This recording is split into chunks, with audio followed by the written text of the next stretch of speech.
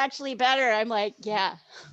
I try not to tell my other students that because they're like, but wait, we were with you earlier. What kind of reward is that? Okay, so let me move us over to the spotlight. Okay, so the first thing we're gonna do is if you have the color burnt sienna, not burnt umber, but burnt sienna, it's kind of this orangey color. You put a little bit on your, this is actually called transparent red oxide, but it's the same, basically similar thing. And I have a big brush here. Look at how big my brush is. So you're gonna want, and I have my, come out of here, you. Oh wait, I'm just gonna take the whole thing out so you guys can see it.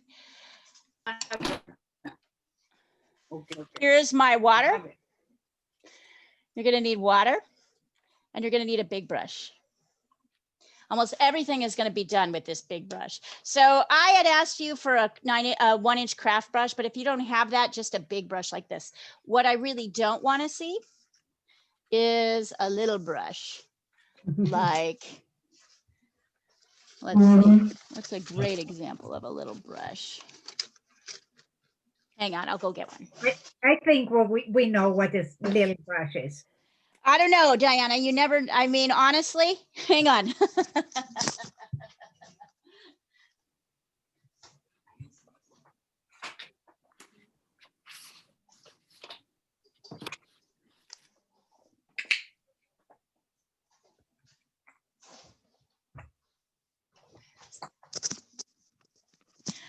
The reason I'm emphasizing this about the big brush is that a lot of people, when they first start out painting, are nervous. And so they start with a small brush because they think they have more control.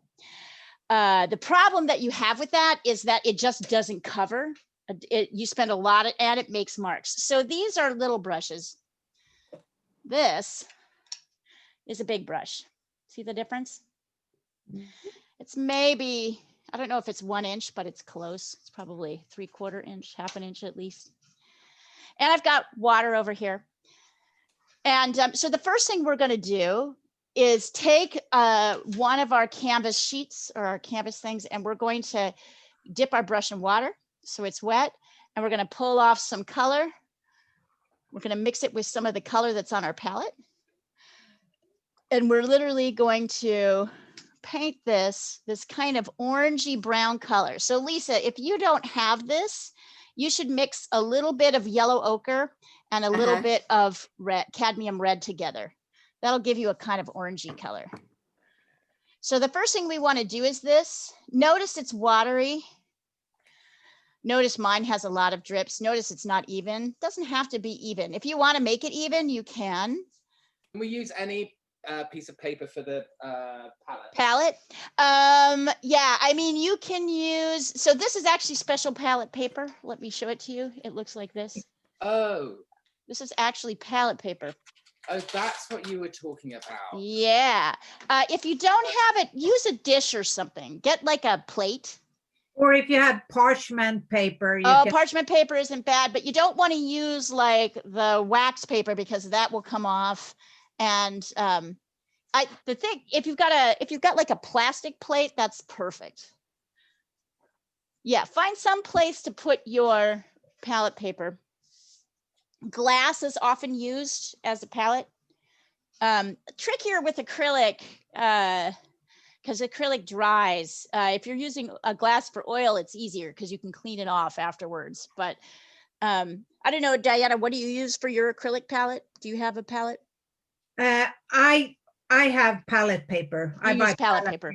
Yeah. Paper. And if I run out, I use parchment paper. I have an old wooden palette that I put parchment paper over. So the very first thing we're gonna do, I'm gonna take a picture of this so you can see what the color actually looks like. Can I use cardboard? What's that? No, you can't. No, not wood. The paint will absorb into the wood. It needs to be plastic or glass or like a plate, like a dinner plate. I might need to wash up. I can use it. You need to wash up. You're such a bachelor. This is what it should look like. It's kind of a runny, light layer. And then we're just going to put it aside. Here, hold on.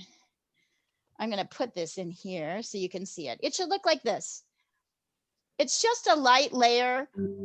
You'll notice that acrylic will dry in about 5 or 10 minutes. So we want this to dry while we are practicing our painting exercises on the other piece of paper. And we'll talk about why we're making this orange and not blue, since we're going to be painting blue clouds in a blue sky. We'll talk about that as we in our sort of next lesson. So you guys let me know when you've done this. Send a picture to me if you want to. And then when you're done, you're just going to put it over on the side. I've just got this hanging over on my drawing board like that. See, it's just right there. He's not going very far. I have a takeaway plate. That'll work. That'll work. The palette. Perfect. I just realized I could And don't worry, there's a lot of equipment that comes into, and we'll talk a bit about brush care and all of that too, like what you're going to need to do afterwards. There's a little bit more setup with painting, less with acrylic than with oil, which is nice. You may decide all of the demos that we do for the next 3 months, you can do an acrylic painting. I'm going to move to oil demos in February and March, but the same principles really apply. You will find that the paint does not behave the same way, but I can walk you through that. But because acrylic dries fast and oil does not, but the general principles, and some people don't like, so you might find after a month of acrylic painting that you just want to stay with acrylic, like you don't want to spend the money on oil, or you might find that actually you want to go to oil right away. You have a choice. The way these demos are done, you can do it. We can use either one. So you guys let me know when you're ready, and then we will do a little bit. We'll have a little conversation about color theory, and we'll practice some brushwork. Wait, How light does it have to be, the burnt sienna? what's that? How light or dark? I just sent a picture across. Did you see it? Oh, not yet, no. Take a look at that. It's pretty light. You'll also notice if you're using these canvas sheets that come in the pad like this, if you got these, they have a side that is primed with white and a side that is not. And although it's not super distinct, this side is a little bit browner. So what you want is the side with the white, that's the whiter, smoother side, because this is the side that has gesso on it. What is gesso? We'll talk about all that. There we go. It's so exciting, isn't it? I love this. This is just my favorite. For me, I was able to paint before I was able to draw. I could paint pretty complex things way before I was able to draw. There is something about the paintbrush that I really love. So it's always exciting for me to introduce you to it at the beginning of class. It's pretty neat. Let's see. I mean, technically I should have you use your other colors for this next set. We'll just see. We'll see how it goes. Let me know when you guys are ready. Take a picture if you want me to take a look at it. So once you've painted it, just put it off to the side here, let it dry. Let's see. Kyoko looks great. Lisa looks great. A little dark, but a little dark, that's okay. improvised. Dark is great. The darker the better, really, quite honestly. I like that. You're bold. It's what I've got, Leah. Boldness. No, a mix of colors, including one burnt umber that came out in lumps. Oh God, Ooh, yeah, yeah. Gold, it can't, like acrylic can get kind of icky. Yeah, it's pretty gross. So I don't know what colors you guys have. I wasn't sure everybody would get the colors that I asked for. I will show you the colors we're going to work with tonight. Tell me when you're ready. Sorry, I got to learn not to jump ahead. Are you ready? Are you guys ready? 1 second. Okay. Just need about another 30 seconds, I think. Got it. And we're in no rush. We're going to be painting for 5 months. Yoo-hoo. So excited. Me too.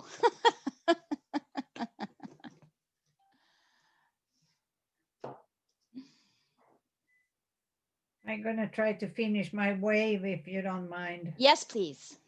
But I can't find the frigging wave. You can't find the source, the original source. Or maybe this is it. I know it's in the, I know it's in Europe. that. It's in the Europe India art class. Oh, right, because that was the one that you used. Right, because they were different. And by the way, you guys, I'm going to send you some information after this, but we have 2 extra classes happening this weekend, starting every weekend. There's going to be a beginning drawing class at 9:30 a.m. every Saturday, LA time, and 12:30 p.m. New York time. So if you want to jump in and practice drawing, just work on drawing. I'm going to be teaching a drawing class every week. But even more exciting is that Marie is going to teach a pastel landscape class on Sundays at 9 a.m. LA time, noon New York time. So I would highly encourage you all to do that class if you can. I will send you later what she's going to walk you through doing. You're going to die. Gonna love it. So these classes will be on offer every week. All right, are we ready? Yeah. Please get back Okay. to hold on. So let's talk about color. There are basically 3 what we would call primary colors. They are, and upon which we mix all colors. They are blue, and in this case, I'm using ultramarine blue, which is the type of blue we'll use in today's exercise. They are yellow, and in this case, in this exercise, I'm using yellow ochre, not like a regular cadmium yellow.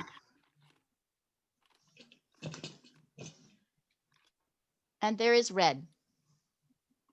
It's a little bit different than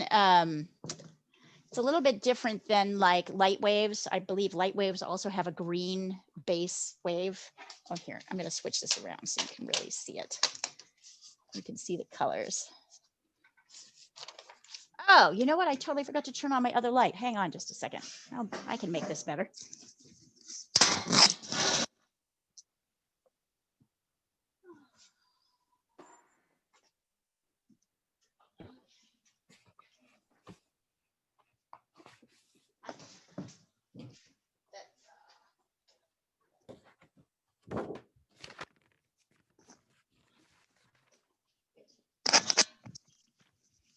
That's a little bit better. So these are what we call the primaries. There is more than one version of blue, red, and yellow. There are many.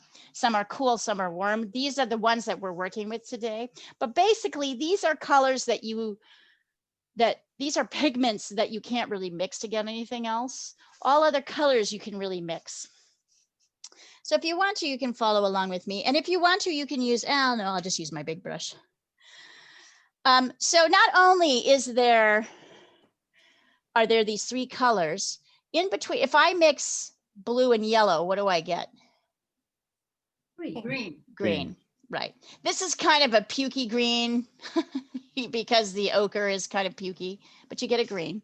And then what do you get when you mix red and yellow? Orange. Right. So, by the way, which red is that? The cadmium red or the? This is cadmium red. This is Cadmium? cadmium red. Yep. Okay. And then what happens when we mix blue and red? Purple. Purple. Purple, yes. So notice how I'm doing this in a little wheel. Okay, so these colors aren't going to look, the green, because we're using muted colors, the green and everything's going to look gray. Okay, we'll do more color mixing next week with the brighter vibrance, but I wanted to work with the colors that we're working with today. So this makes up basically the basic color wheel. These 3 are the primaries, and mixing the 2 different, the colors together, you get what we call the tertiary colors. Okay. This is an important thing to know because The colors that are across the wheel from each other have a special relationship. So red, I'm just going to draw a little circle in here. And if you're welcome to do this along with me or just watch me. So red and green have a relationship. Purple and yellow have a relationship. And blue and orange have a relationship. This is the most important relationship. These three pairs are the most important color relationship pairs you will ever need to use in painting. And they come up over and over again. So once again, just to remind you, I'll just put a little bit of a thing here. So blue, whoops, get some more in there. Blue and orange are one pair. I'm going to actually even write this down and send it over. Blue plus orange. That's one complementary. These are complementary colors. If I'm going too slow or you feel like you know this already, let me know. But I feel like a lot of people, oish. Okay. Red and green are also complementary colors. Christmas colors. These are very pukey. These are like not super great greens, but they're there. And purple and yellow, which is the ochre, and purple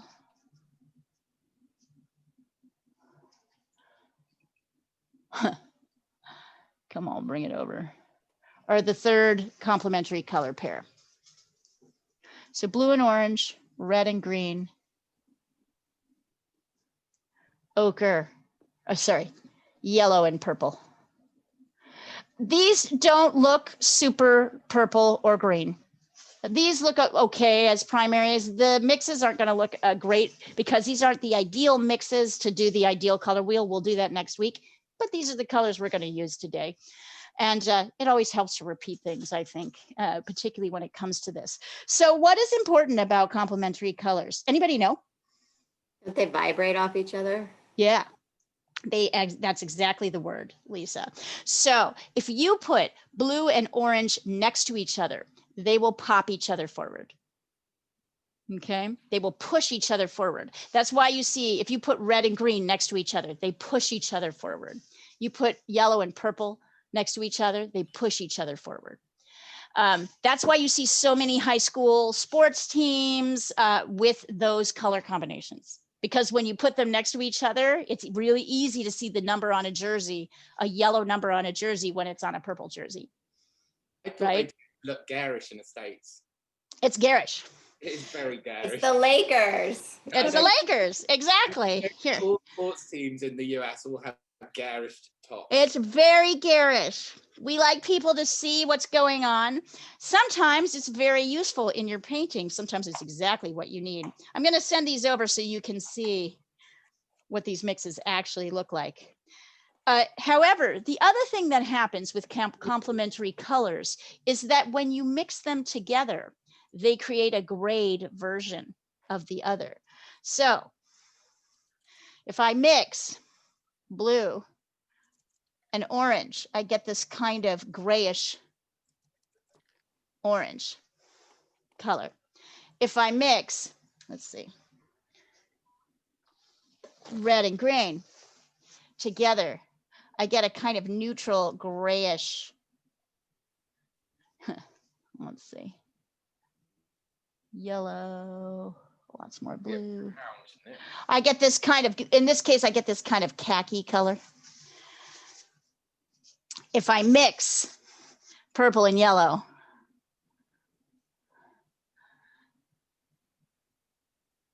I get kind of a gray-y purple. So what's really useful for complementary colors is that if you're trying to create a shadow of a red apple, you don't put black in your shadow. you actually mix a little bit of, if it's a red apple, you mix a little bit of green into your red to create the shadow. Got that? So the neutral areas, the areas that are in shadow, will always be a grayed down version of what we are, of whatever color it is that you're mixing. So if you're painting an orange, you take a little bit of blue in the orange to create your shadow. If you're painting a blueberry, you take a little bit of orange in your blue to create a shadow. Red apple, you put green. Green apple, you put red. So these are really important color combinations to remember. They're going to come up over and over again. So the reason that I didn't have you paint your sky blue, I started with an orange, is that now this is dry. When we put blue on top of it, the blue is going to get kind of shine. It's going to pop. It's going to, what was the word you used, Lisa? Vibrate. Yeah, it's going to vibrate. There's going to be a little bit of this happening. You'll notice that this first layer and all these layers that I've laid down here are pretty flat right now. They look flat. I can see the canvas through them. They're not very pretty. Paintings are made up of layers, and it is often helpful to have the complements of the colors you want on top underneath. The other nice thing about orange is that it's warm. So even though we're going to be working with cooler colors on top, that's going to be fun. It's going to be fun to do this. So, and this will come into play with clouds. Does anybody have questions about that before we go further? No, but I remember being told that if you were to color in a human face, the color that you'd use for shadows would be an olive. And so that makes all sense now. Yeah, essentially with human tones, skin tones, it's variations of usually burnt sienna, red and yellow ochre. Actually, these three colors and white make up kind of a basic skin tone. A little bit darker for a darker skin tone, a little bit lighter for lighter skin tones. And then, yeah, you put in blue or purple into that mix to create the shadow. We'll get there. Hopefully we'll get to painting faces before the end of 5 months. Green. But no, well, just, no, you wouldn't want, unless you're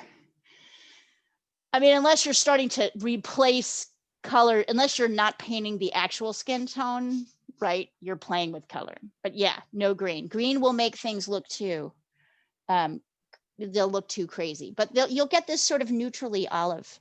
So if you want to, you can practice mixing these. But what I want you to do first is I want us to talk about the two basic strokes that we've got in painting. So there's one.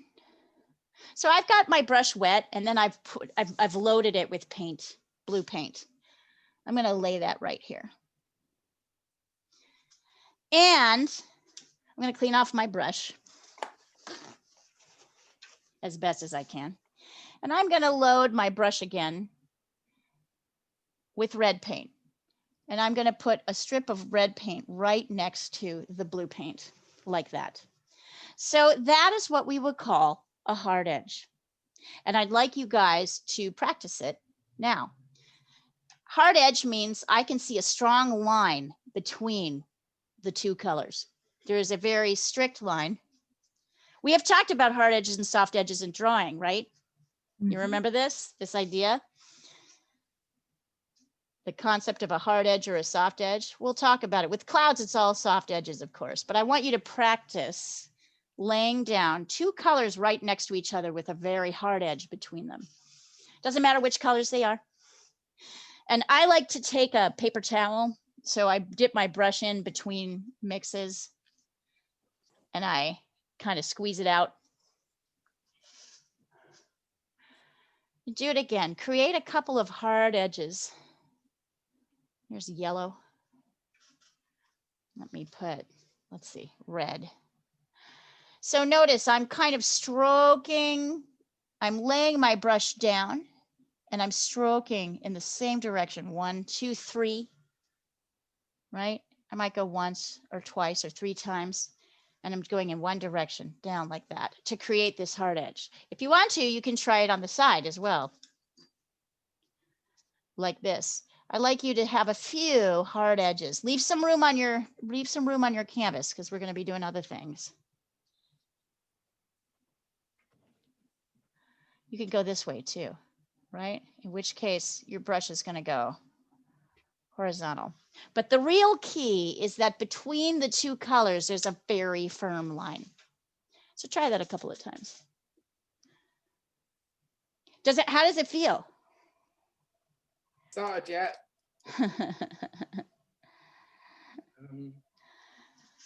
I'll take a picture of this. And so this is important just to practice with the, sorry, I know I'm blocked. Oh, no, I'm not. I'm okay. Okay. This is important to just practice. I'll label this. 1 second, sorry, I just got to take something. I hope it's not going to come on bloody. Oh gosh, I hope not too. Not wet? Jill. I think Rollo's the only one the only one working this way. Oh wait, Lisa's working today. Oh, I'm not working. Oh, Lisa, yeah, Lisa R Richmond. is. Yeah. Lisa R is. What's happening, Rollo?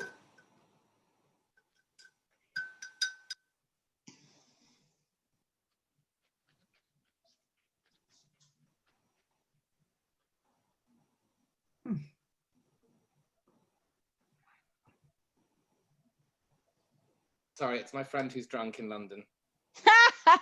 They can wait. I just don't really want to talk to them right now. And what time is it now? It's like 2 in the. It must be 2 or 3 in the morning. Oh there. God, they're out. They're so late. Here's how old I am. I am getting up. I have this art class that sorry, not this art class, this fitness class I do at like 6:30 a.m. every Monday, Wednesday, Friday. We're all meeting on Friday at like 6:30 a.m. to do our stupid fitness class. That's great. I'm like, that is how old I am. That's great. I don't even care. That's an age thing? It's an age thing because otherwise I'd be up partying. Oh, it's also a COVID thing. Yeah, It's a COVID thing. I say it's a COVID thing. That's true. How does that brush feel, you guys? I haven't started yet. I'm still trying to unpack my paints. All right. Anybody tried this yet? I have. I'm not as smooth as I would like. Okay. I'm Let's working see. on it. My Let me take a brush look. is- Yeah, get some practice in. So this is all just about practicing, right? Hard edges. It's pretty straightforward to create a hard edge. And there are parts of our paintings where we will need to have hard edges. Really not on today's painting, but on a lot of paintings. In most every painting, there will be hard edges. Unless you're an impressionist, huh? Then there's still hard edges, believe it or not, but not as many. No, not really. There are, Diana, there's hard edges. There are, like there'll be some on a horizon, there'll be 1 or 2. Otherwise the painting doesn't look right. I Yeah. mean, here's a great example. I'll take a picture of a painting that's in my studio right now. That's very impressionist. There's still hard edges. Hold on. Yeah, I guess there. Yeah, I guess There are always hard edges in an impressionist painting, just not that many. That's not the, hold on, let's see here. I'm gonna take a picture of this so I can show you. So this is a painting I just finished. I wonder if I can sketch on the, wait. Oh, there we go. I'm not leaving my picture. I finally found a wave, so Good. Hey, it's all right.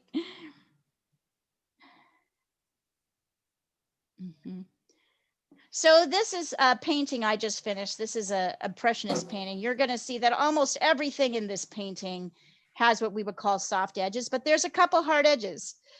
One hard edge is the telephone pole. Another hard edge is the kind of backwater where the orange water meets the tree line in the back. And there's a hard edge where the road is. Pretty much everything else is soft, we'll talk about that difference, but nice, Lisa. That looks good. Excellent. Perfect.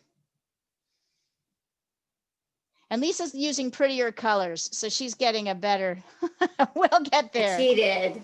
Nice. So Kyoko, are you using the front or the back of the canvas? Front. Are you sure? Yeah, It looks orange. It looks kind of brown to me, and is it just the light? I think it's a light. It's just the because light. Okay. All right. Yep. That's perfect. That's Really bad perfect. that I didn't want to use the canvas for this bit. Right. You're using 2 canvases because this is all practice. We're going to practice on our practice canvas. And then afterwards, when the canvas dries, you can actually paint over it and use it again. So we don't have to throw this away. And it's really good to have something to paint over because you get all that glow from beneath. So Ronald, this looks okay. I want you to be careful with your edges because they're No. kind of bleeding into each other a little bit. Wasn't used Right. to the brush. Yeah. Right. Yes. So that's why I'm saying let's practice with it. So practice. This is why we're doing this now, so that when I actually ask you to paint something, we've actually practiced it a little bit. Nice work, you guys. In a minute, I'm going to show you about the soft edge. Hello, Muka. Come here. Oh, I know you want to go back into the house, but you can't. Hi, Lovey. There we go. There we go. Yeah. Yeah, get used to how that brush feels. That is a lot of what is intimidating about painting, if there's anything. It's just that this is a different tool. For some people, it is more, some people have a more natural affinity for it, others don't. That doesn't mean anything other than like, you just need to practice a little bit more with the tool. Just like all tools, you can get better at them. Yeah, so after this, I'll show you how to paint over this, and then we can use it again.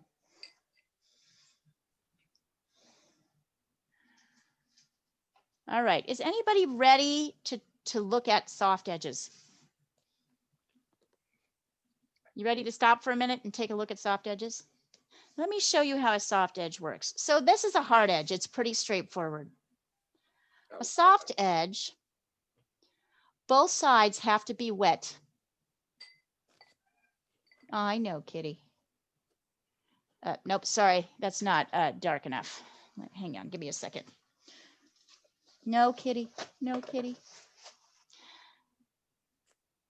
Here we go. So in a soft edge, both sides have to be wet, right? And instead of having this straight line, you kind of scrub it out.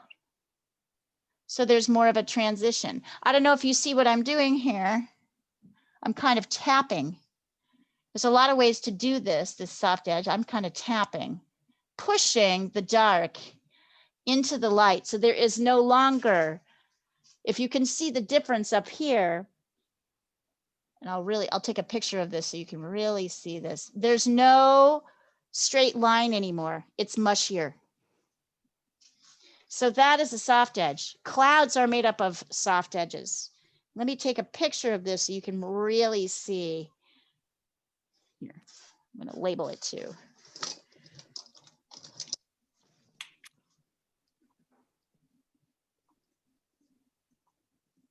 You can see the difference.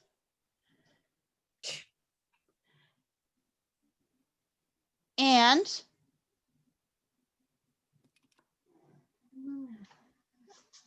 soft edges, that's really, in a very simplistic way, the 2 types of edges there are in paintings, hard and soft. So learning how to make hard and soft edges is really important. Here, you can see, there it is. So you can see the difference. You can see the difference between the hard edge up here, where it's a very distinct, and this soft edge, which is mushier. To do this, both sides have to be wet. Although sometimes, well, anyway, there's more technique, but I'm not going to blow your little heads up with it today. We're just going to practice the basics. If your brush if your other paint swatches are still wet, you can try doing it here too. Try on your hard edges, making all your hard edges soft ones. That's not too bad. There should be kind of a little medium tone in between. Now in this case, this is too dry. So I'm not getting, if you'll see, I'm not able to really mix in the same way. This is probably too dry too. So notice I'm just kind of pushing. Yep, this is probably too dry too. Now I can create a soft edge over a dark one that's dry by doing what we call dry brush, but that's a whole different technique. We'll talk about it. But you can see I've basically gotten rid of all my hard edges. No more hard edges. Now these are all soft edges. I can use my finger. And if this feels like, not bad, Kyoko, try it. Yeah, practice more. I like it. Keep going. I can see a little bit of your hard edge here. Very nice, but very nice.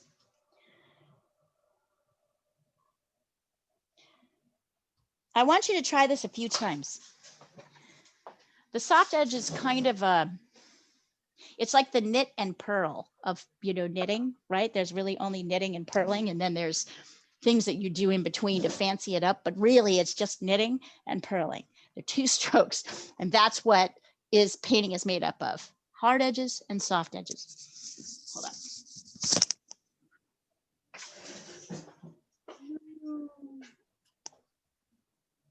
I know, baby. I'm sorry.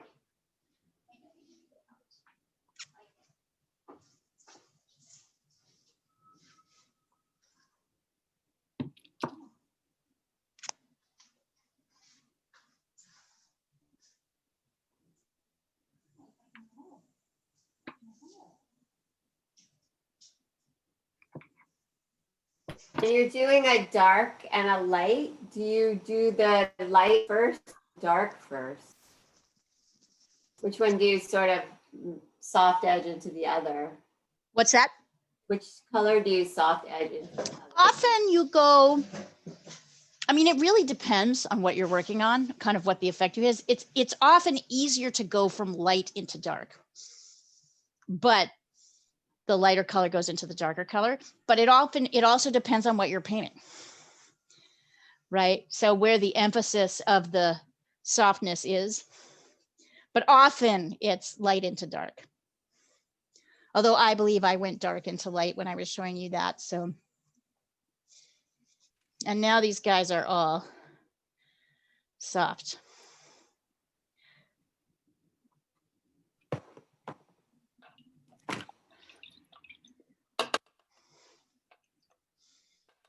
Let's see. Feels kind of nice, doesn't it? Sort of fun. There's a little finessing, you have to figure it out. If you can't get this to your satisfaction, that is okay. The soft edge is something we practice over and over and over and over again. So I am just introducing you to the concept. We're going to try clouds, which are all soft edges today. And then we're going to go on. And then we'll go on and do other things. And the idea of us practicing objects is to constantly return to, oh, with an apple, here's where the soft edges are and here's where the hard ones are. With a landscape, here's where the soft edges are, here's where the hard edges are. That kind of thing.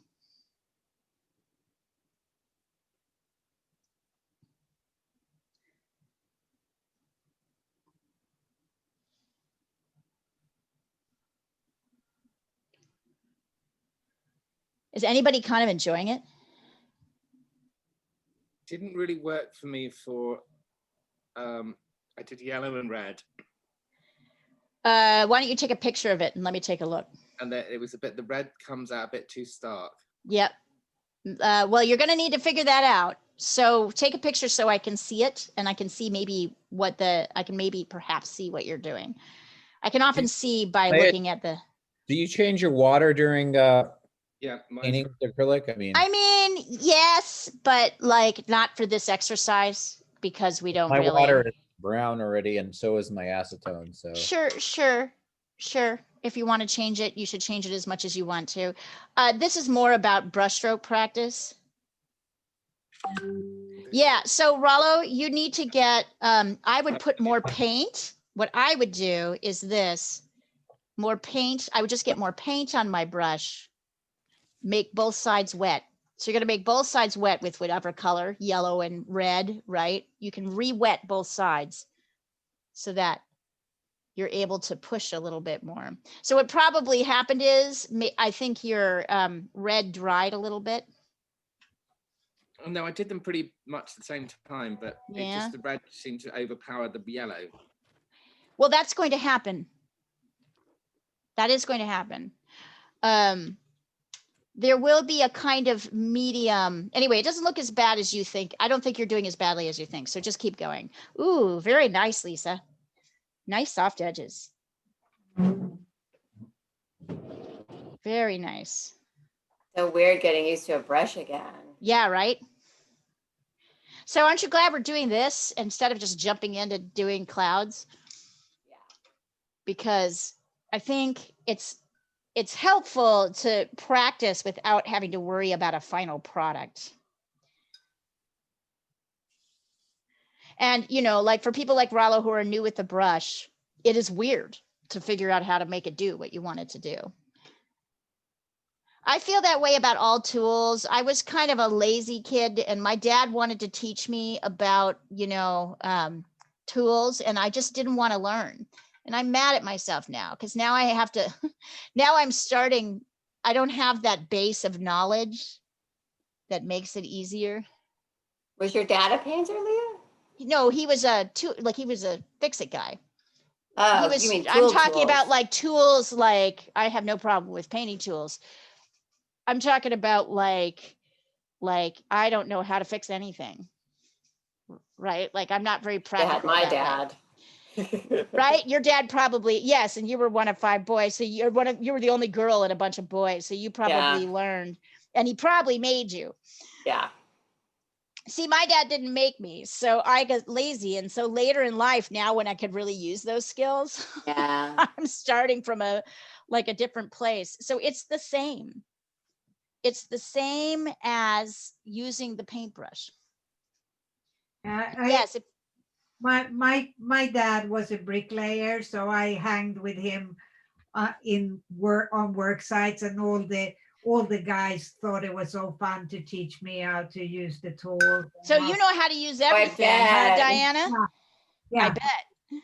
I bet you can build a brick wall nice and straight. and I can set tiles and Oh, that's awesome. yeah. I did, you know, it's funny. I can feel that each skill, like I did learn how to tile set, which is a really wonderful, fun thing. But that feels like art to me. Like Yeah. that's really close to art. And I don't know why in the application of it. So for somehow that was easier for me, but I still feel like, oh, I wish I had that knowledge. So just like everything, as you're getting used to this. Oh,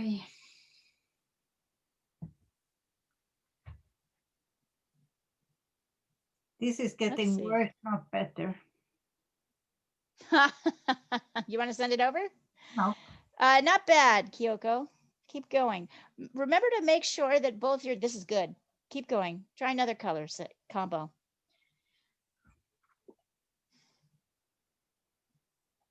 Oh, and in the meantime, I just took a picture. Okay, Paul, that is hard for me. Oh, you're working on paper? Well, I thought I had 2 canvases, but I guess I only have 1, so I'm Okay. using paper. Okay, paper for that. All right. You can load more paint on your brush and use less water. Yeah, So because the water. is like making it Yeah, all water. runny. So just like use less water and really load up, meaning put a lot of paint on your brush to make it a little bit more, right? Less watery. And in the old days when they couldn't afford to have canvas when they painted, Yeah. they would actually paint on parchment paper. Yeah. I mean, you And can. Yeah, can. and You totally can. And if you're really pleased with it, you can glue it up on canvas afterwards. Right. And you get the same feeling. Do you guys want to see, by the way, what Sunday's lesson is? I think you're going Sure. to find it really impressive. Okay, let's see. So this is Sunday's lesson in steps. You'll start with this, and then you'll go to, wait, Those are This- watercolors? no, pastels. Oh, wow. This is pastels. Hold on. I'll show you. Step 2 is that. So this is what Maria is going to show you how to do on Sunday. Oh, interesting. I know. And then one more. Here's the final. She sent this over to me. She was just, fucking around. And I was like, oh my God, that's amazing. You should totally do that in class on Sunday. Here, look at the final. So she will walk you through doing this. Gosh, that's beautiful. Yeah, you just have to be up at 9 o'clock. If it's just a 9 o'clock, I would highly recommend it because you've been working with pastels and this is a way to keep your hand in. She's going to eventually move to painting landscapes, but for the month of January, she's going to be teaching drawing landscapes. Nice, Kyoko. Yep. Good job, you guys. I am now feeling like, like this paint has all gotten really messy. So I am going to go get a clean water and maybe rinse my brushes out before we go. Kind of yucks.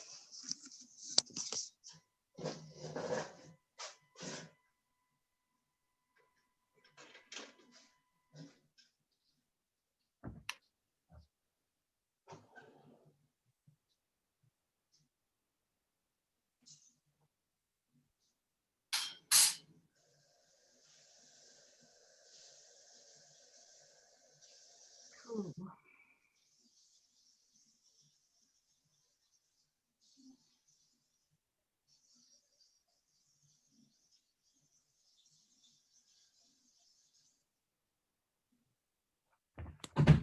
Ouch.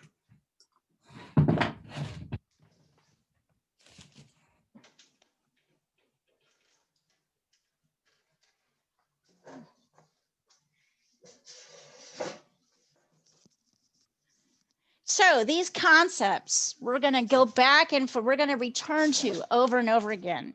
Color mixing, we're going to return to. Oh, Paul, that's a hard edge. That's okay. Okay. Yep. Can you see it? It's a very strong line. It's not soft. Look at Kyoko's above to see what a soft edge looks like, right above yours.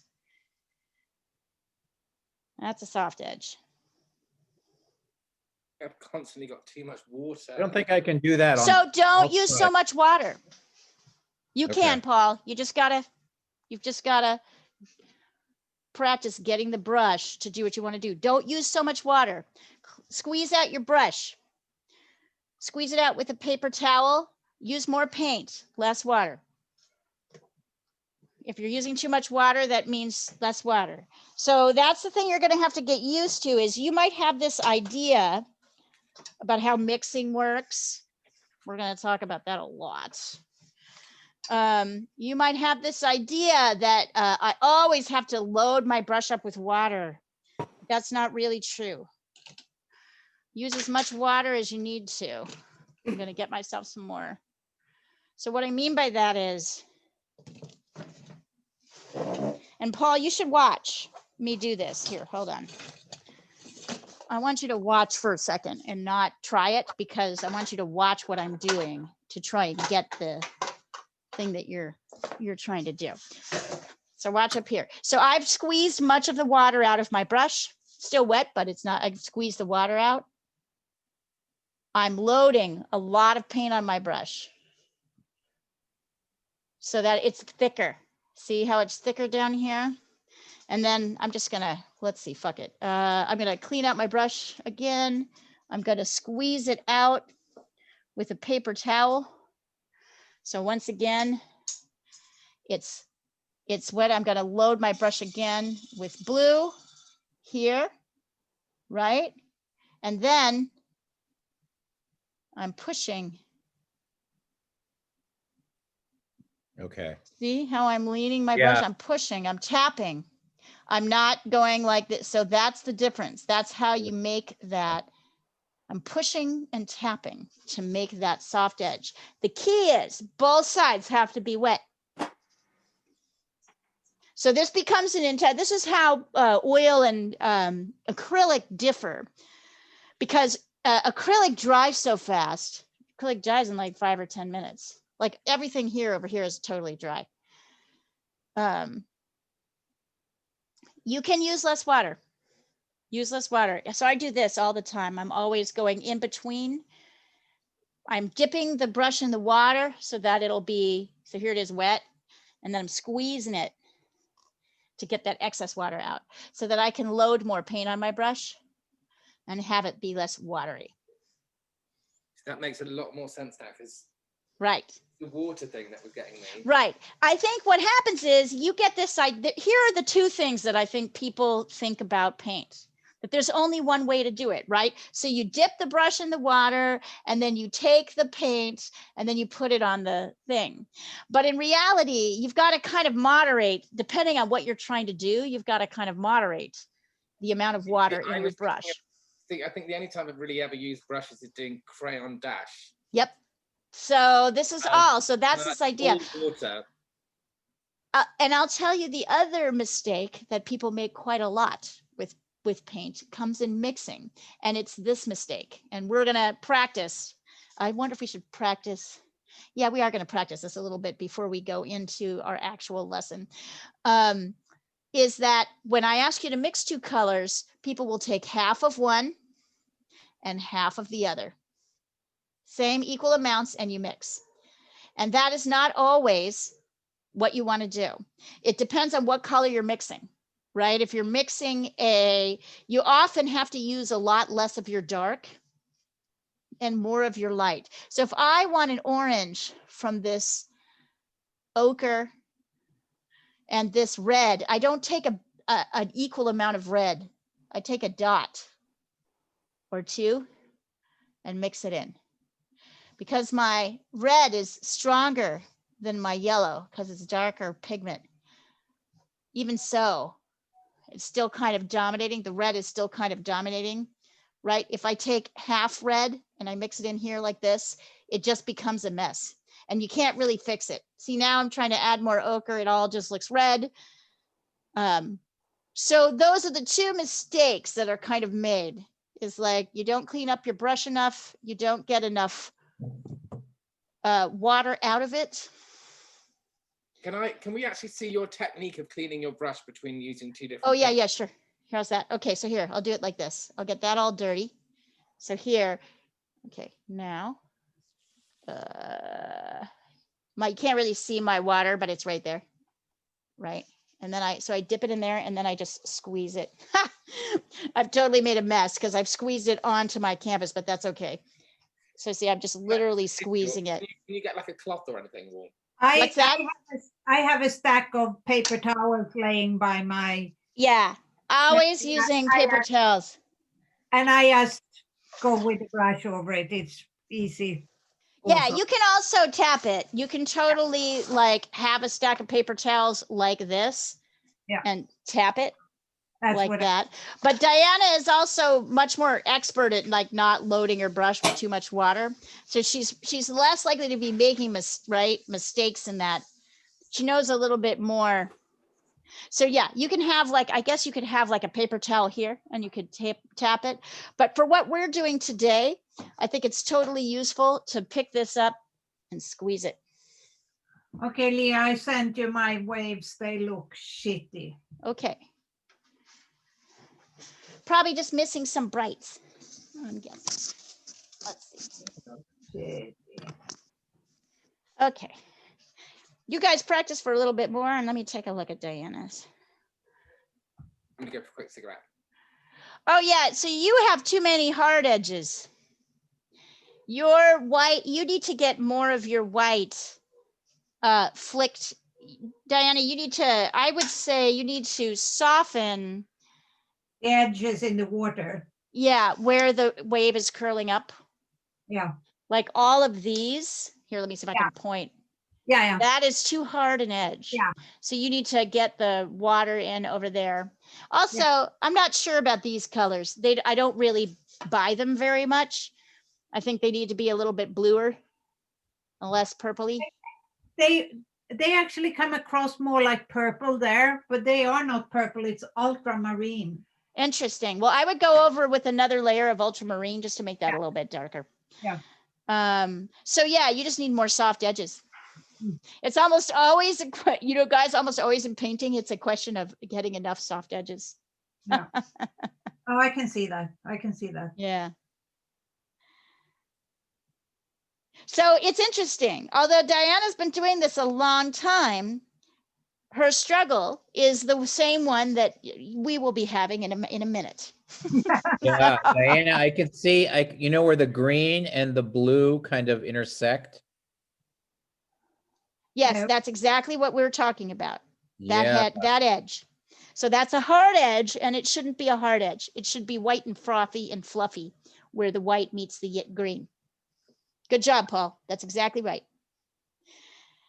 So now you'll be able to catch it on your own. Yeah, thanks.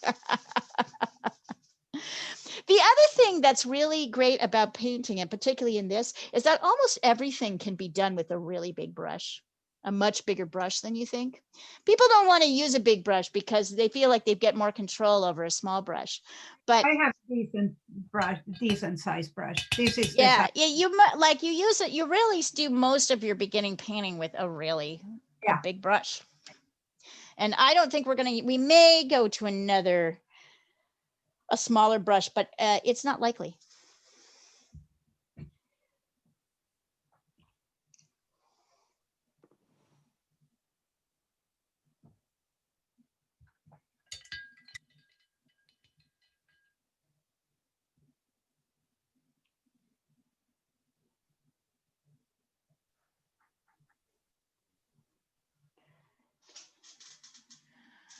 All right, this is a mess. I'm going to remove this.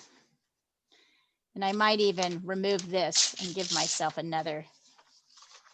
Here. I'm going to give myself another piece of palette paper so that the mixing is cleaner. And this I'm going to put over here, and I'll show you how to deal with it at the end of class. We'll also talk a little bit about brush cleaning too. Oops. The nice thing about palette paper, I guess it's wasteful, but it is nice to be able to just throw it away. It's so nice. Fold it up. I mean, it's terrible. No. Definitely creating more landfill stuff, but yeah. That's not so bad. Yeah, it is way easier than having to deal with a palette you have to clean. And with acrylic, like what Diana uses all the time, it's impossible because it's hard to keep palettes clean. Let's see. Nice, Kyoko. You'll see that it's a little, Kyoko, you'll notice that these are almost the same value, that red and that ochre. Can you see that? So it's trickier to see the edge because they're the same value. If you looked at this, but that's good. This is good blending. We call this blending the edges. It's called blending. Sometimes it's called scumbling. It's called creating a blended edge. That is like really what we're doing when we're creating soft edges. When there's one other thing.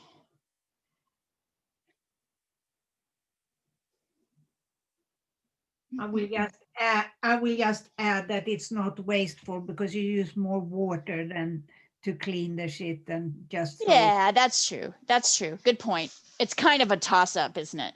Yeah. It's kind of a toss up. All right.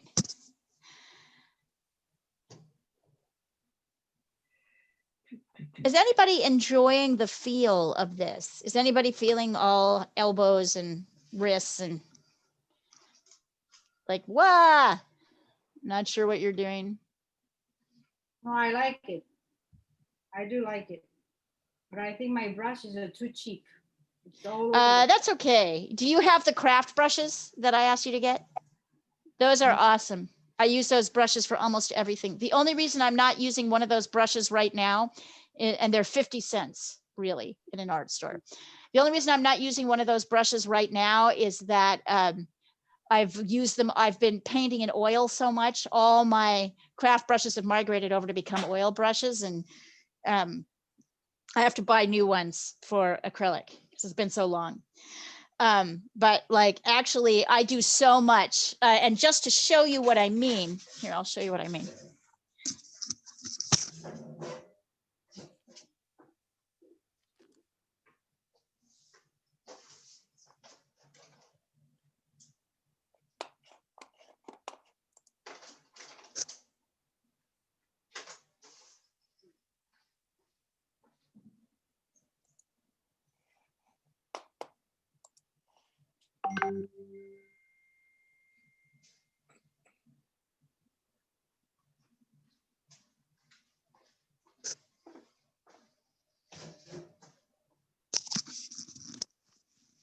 Almost all my painting is done with a brush that looks like this, virtually all of it.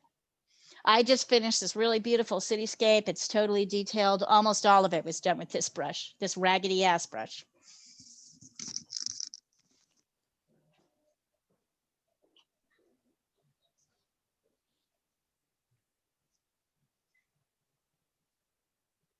And I think also everyone find their own preference for how the brushes should be. Now, here's where it is good for you to have more than one teacher. That's why I'm trying to bring more teachers to you guys. Why I think Marie will be helpful. Marie is way more meticulous than I am. So she has a lot of different brushes she uses, and you're going to learn about that if you work with her. Different stuff than you learn with me. But I say that again, you are a very good teacher. I'm a great teacher, you're right. But she's pretty good too. Yeah. She's going to be good too. I'm not trying to get it. I'm teaching more this year. I'm not teaching, or next year, I'm not teaching less, but I'm trying to offer more. And I think it's so important to see that teachers do things differently. Yeah. For me, my particular way of painting is a little bit choppy. The marks are choppy. And so I like that raggedy brush because it gives me the edges that I want. For other people, it would drive them crazy. So, all right.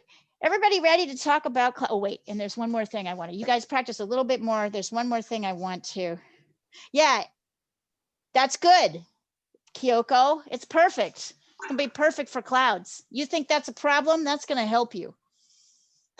Oh. It's totally gonna help you. See, take your ideas of what you think is a good tool out of the mix. Take your ideas about, like, even your concept about that raggedy brush is gonna help you. But I get wanting to have more brushes and nicer brushes that do different things, but it's really not as bad as you think. All right, and I took a picture. Where are you? Gallery. I took a picture. I'm going to show you guys about clouds.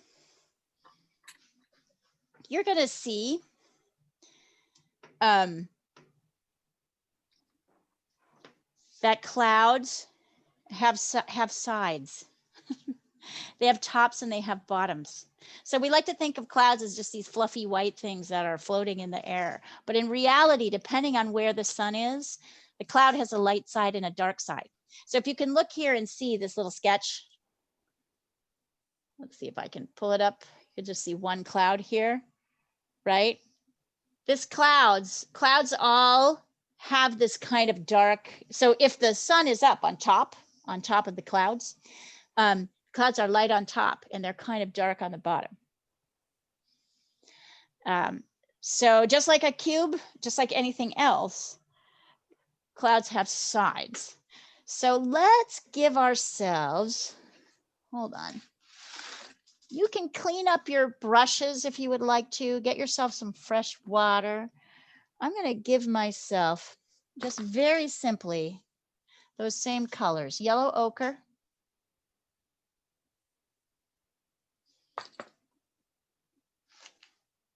ultramarine blue,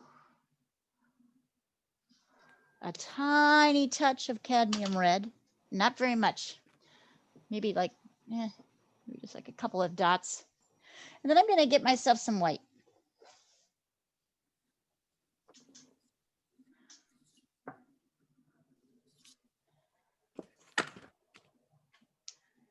So we're going to start with these basic 4 colors, and then you guys have some options to add stuff in as we go.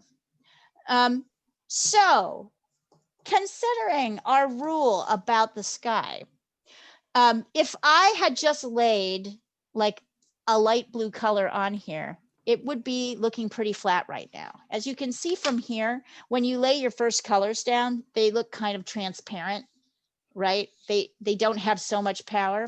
However, I've laid down an orange. We've laid down an orange base. So I'm gonna, here, hold on. I'm cleaning out I just dipped my brush in the water and now I'm popping it in here. See, I'm trying to make my edges more ragged. Like yours, Kyoko. All right, so we're gonna actually start with the sky. And I'm gonna take some white here. And I'm gonna take just a dot or 2, maybe that much of blue, maybe another dot, so that I have a light blue sky. I mix a light blue sky color. Notice I'm not taking a whole karumph. I'm not taking a big tranche of blue. I'm kind of dipping so that I kind of have this pretty light blue. And then I can lay the blue over the red. And I don't know if you can see what I'm doing here. I'm not just laying the blue over the red. I'm like leaving some of the orange to come through. So instead of going scrub, scrub, scrub, scrub, scrub, scrub, scrub, scrub, scrub, scrub, scrub, right? I could do that. I could cover everything, scrub, scrub. I could go back over it several times, but instead I'm letting some of the, and I'm mixing enough so I have enough. I'm letting some of the orange kind of peek through. And it's a little hard to see. So I'm just kind of, I'm not using much water. I'm mostly, my brush has been wet once. I have not yet gone back. Oops, a little too dark. I'm kind of going over and I'm not trying to scrub more than like twice, I'd say, in any one area with the blue. And I'm not covering everything. Boy, now you're getting the real secrets. This is totally the secrets to making a beautiful sky. So notice the difference. Once again, I'm gonna do something where I go over and over and over and over and over, like that, right? Or I have this soft, I'm laying the brush down a little bit more softly and letting little bits of color of the orange come through. So I'm only brushing once or twice. You'll see that this looks a little bit flatter than this color here. Now I'm kind of scrubbing this out so I can spread that paint around a little bit and create a softer look. In reality, I'm kind of creating a soft sky. At some point, I'm going to need more water. I'm starting to feel like I need a little bit more water. So I dip my brush in the water. Here, wait. I dip my brush in the water. Yeah, there we are. Down here, I'm kind of tapping it out a little bit so it's not so wet. Yeah. And coming back.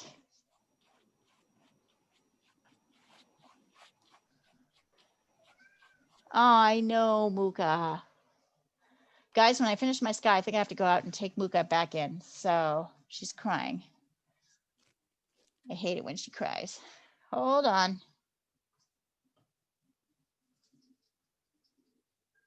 I know. Hang on. Hang on. Okay. So I'm going to take a picture of this. I'd like you to try something similar. And I'm going to take my crying little cat in. Oh, okay. I'm going to move this down for a second so I can take a better picture of it. Hold on.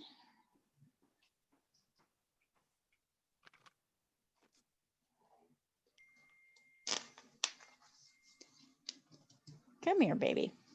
I'll be right back, you guys. Come here, baby. Come here.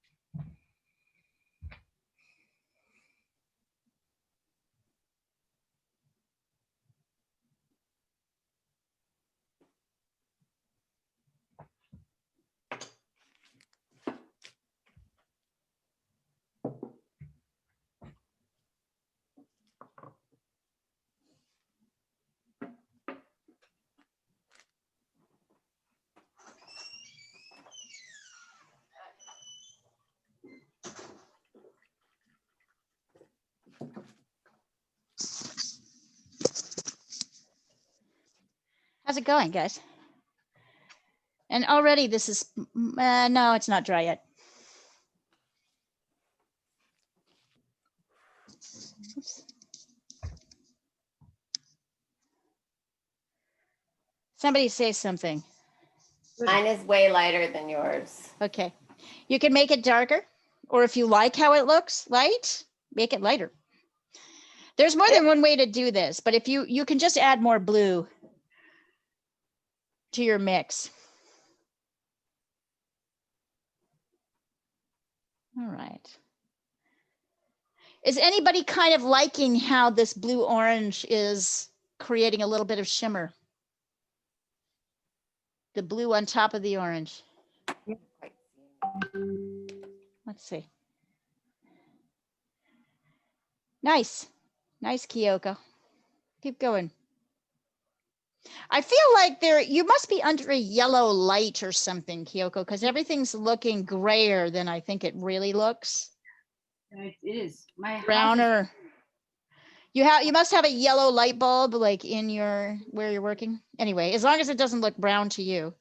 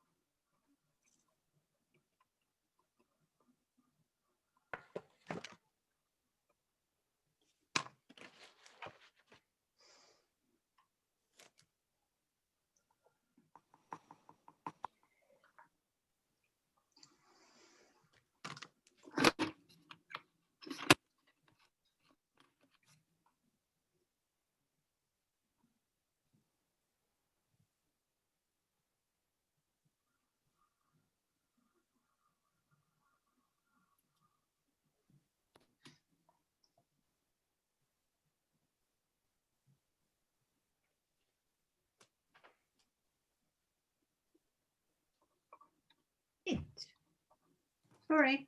What's that? No, I just don't like this. That's not. I think you're working at night. I'm going to venture a theory. You're working at night, the light isn't as good. And you're struggling to see the light. You know what I mean? Like almost all of our classes, Diana, are in the daytime. Yeah. Right? I mean, it's really dark here too, and I'm not really. It's like things just don't look as nice. But I do have a daylight light behind me. Yeah, but even so, Yeah. it can be bound. You know how it is. Yeah. No, it's. Okay. So you need a bit of the orange poking through. I don't want to go too far. Let's see. Send me a picture. Yeah, you want a little bit. You can go over it, but you'll see that as you step back, there's a little bit of shimmer. There is a feeling of the sky kind of shimmering. So in a way, although you're laying one color on top of the other, because they're not mixing, every time a little bit of orange appears next to blue, there's a little bit of a pop happening. And every time there's more blue, it kind of pushes back a little bit. Let's see. Ooh, pretty. Yeah. Lovely. Lovely, Rollo. That's gorgeous. And look at the edges down at the bottom where you can see more of the orange popping through. Then it's really strong. That's beautiful. Nice. Good job, you guys. Ah, this is so Slapdash, but I quite enjoyed that. right. Yeah. So you're starting to get the feel of the brush, right? You're Yeah, starting to so get where, the like, where is the brush? yeah. And at this point, I might, if you're done, I might take this might be a good time to clean your water out because we've got a lot of white in it. So clean your water and clean your brush. I'll be right back. I'm going to do that with mine.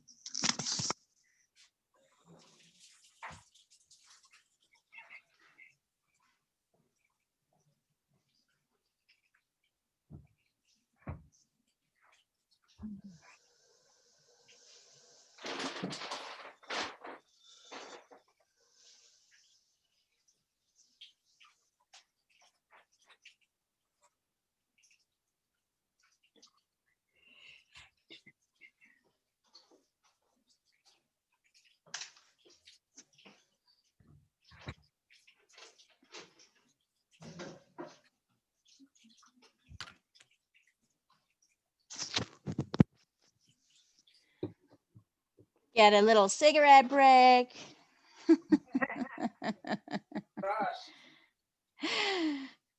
I know what my people like. We are nothing if not transparent and predictable. No, that's not true. You just each have your own little sweet quirks.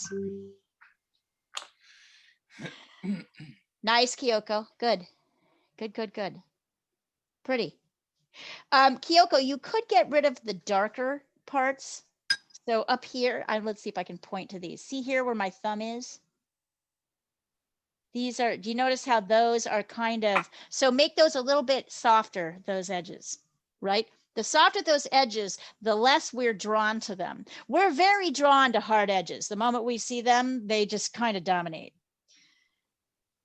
But nice work, beautiful brushwork, beautiful. Lisa, let's see what you've got. Almost there. Yeah. Anyway, Diana, I would say probably you're just, it's just like, oh, lovely, Kyoko, perfect. Well done. Totally got rid of those. Great job. You guys are going to be naturals.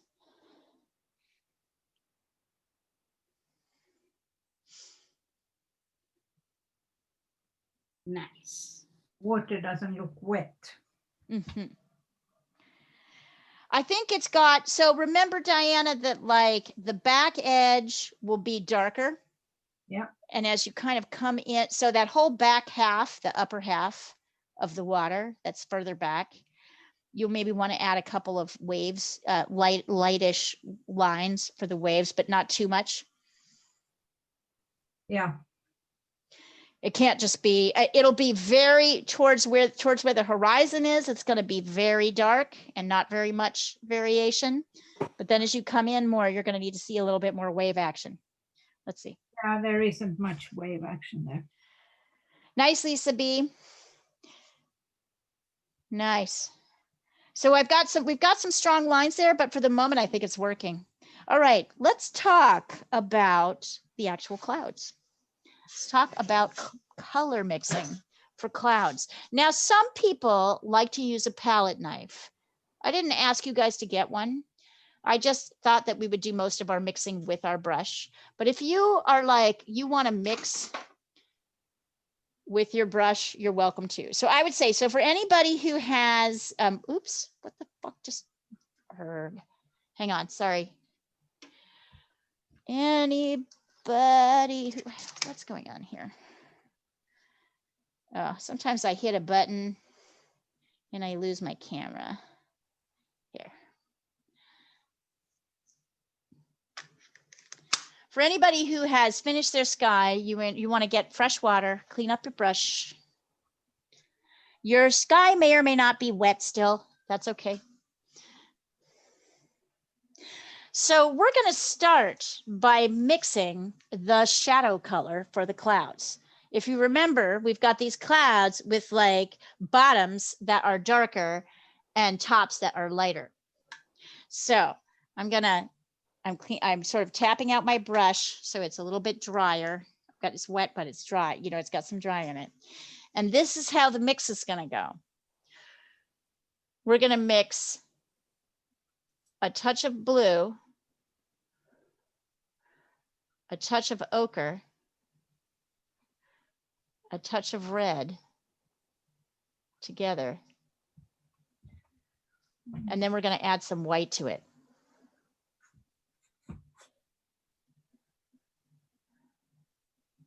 So that I get this kind of pretty purpley gray.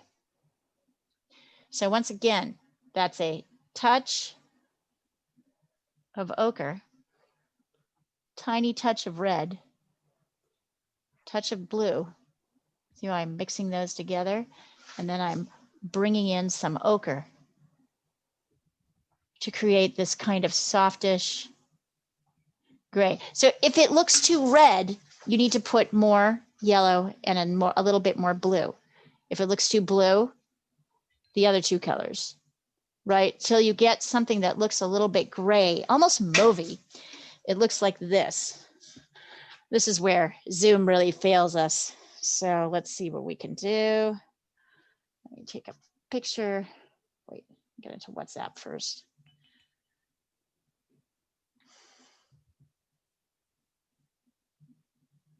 I see you get this kind of pretty mauvey color.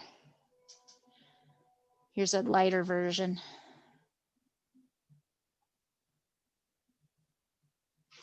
Let me get this.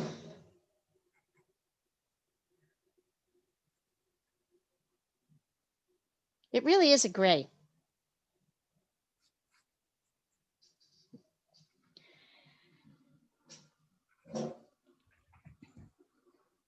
So you want to mix yourself a gray. And then when you have your gray, once again, you're going to clean your brush out with water.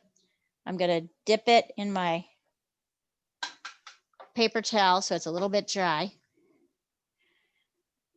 And then I'm going to take some of that gray while it's still wet, and I'm going to kind of dot it. Oh, I need to go darker. Is it a reddish grey? No, if it's too red, then you need to put the other colors in. I mean, a purplish grey. I mean, It's more purplish. Yeah, it's more purplish. Up, there we go. Okay. Let's try that. It should be purplish. It's this pretty kind of mauvey kind of, there we go. So I am going to start, boy, I need to go even a little bit darker.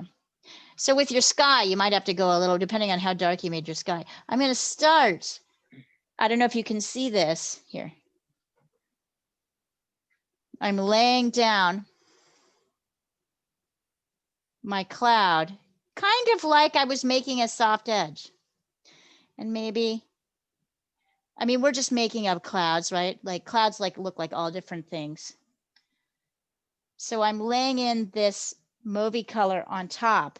And then I'm going to go into my white. I'm not going to clean my brush. I'm going to go into my white, get a lot of white on my brush.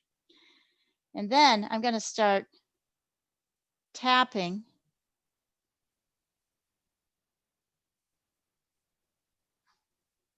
from the center out over the top. See that? So that I'm creating a soft edge. And notice I'm also brushing my white down into my shadow. So my shadow doesn't look quite so dark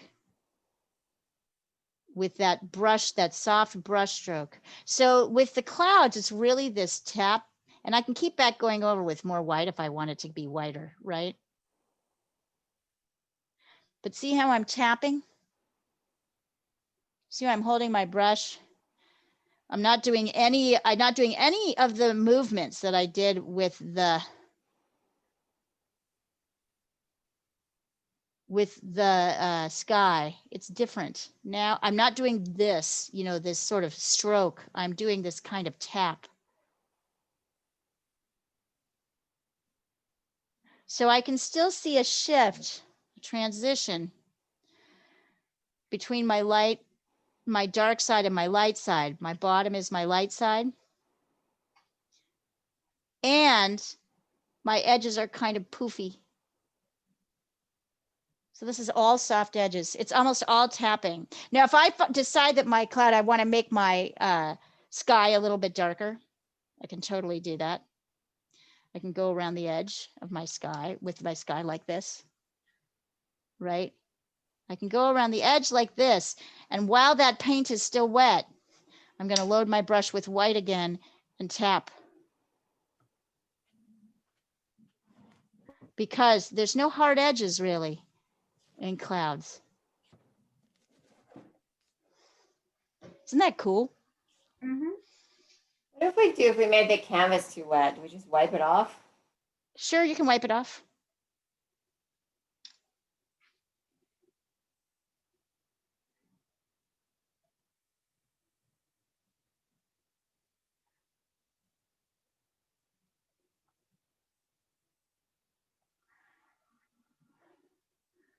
So now you just want to fill your sky with clouds. If you want to, do you guys have any phthalo blue? PTHALO. You can mix a little bit of phthalo with your ultramarine. Do I have any phthalo with me? I must. Hang on, I'll go get some of mine. I don't have it with me.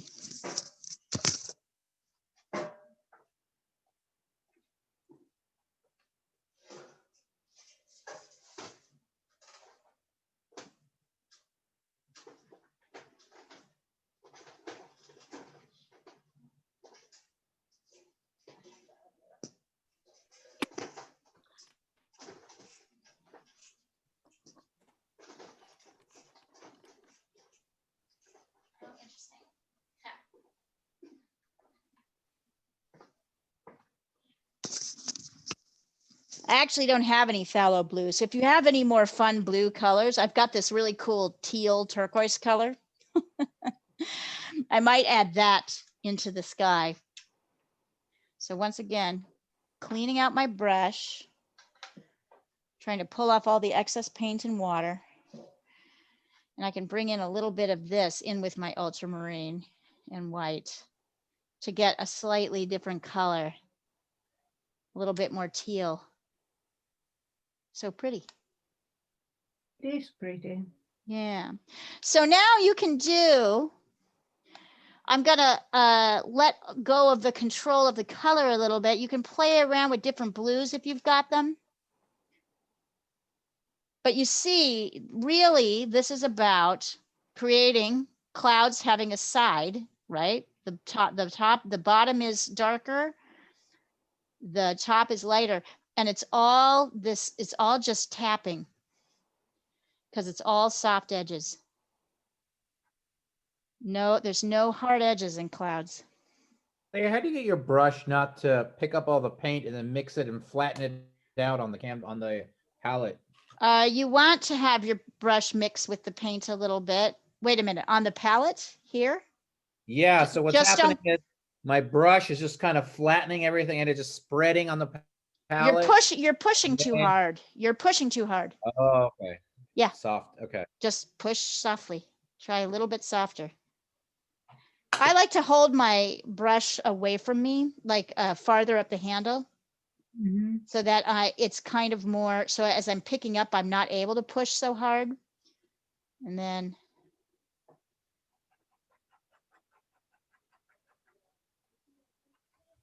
but really you'll see, yeah, so I'm holding it. Let's see if I can get this up here so you can really see what I'm doing. I'm like holding it far away so that I'm not pushing too hard. I don't have as much control of the brush. And see, Kyoko, now you can see why scraggly edges are helpful. Yeah. Because they create like a soft edge. That's really nice. Isn't that funny? I just love it, how everything you think is important in in your life is the wrong judgment when it comes to painting. Yeah. It's like, you know what I mean? When it comes to art. And I mean that really like sincerely. Okay, let me see. I'm going to mix another. So I'm going to take a little bit of blue, touch of red, touch of ochre, and then white to make my shadow color. And that's a little too ochre, so I'm going to bring more blue. Nice. You're going to notice that what feels like a very medium color, you may have to lighten more. And when you lay it down, here's my dark. It's all like kind of how does it look in relation to what's underneath it. So here's again, I'm doing another cloud. Let's see.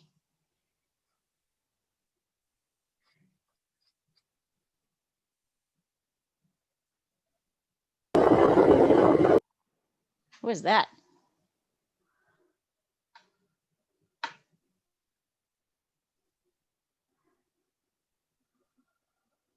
think you might be right, Leah. I think that I need. I think you need daylight for that painting. Yeah. I don't think you're going to be able to get it. So put it aside and try something else, or do a base for something else, right? Yeah. Like something that doesn't work, that where the contrast is more. That's what I do because Isn't that funny? You just wouldn't think that would be a problem, but it totally can be a problem. it's totally.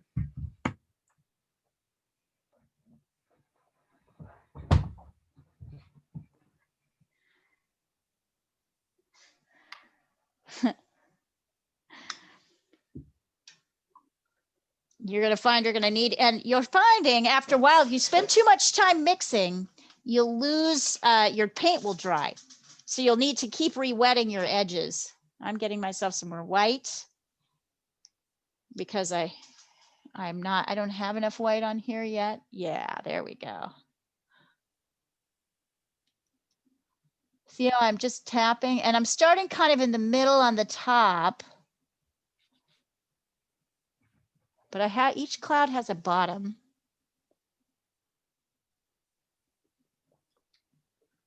They are pretty. Yeah. I mean, it's nice because this is it's a particular skill.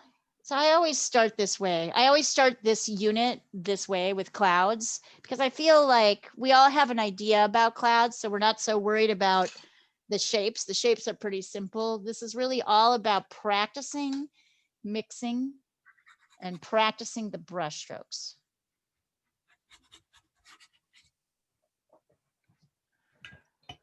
I'm darkening my sky a little bit so notice I'm going all around my cloud here with a little bit of dark. And now before that dries, I need to get some white on my brush and then tapping in. Because there are no hard edges in clouds.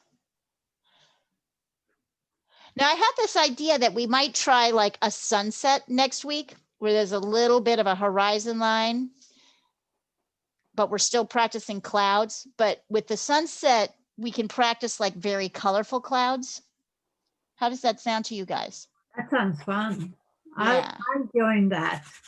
You'll join that? I think that'll be like a good transition over to.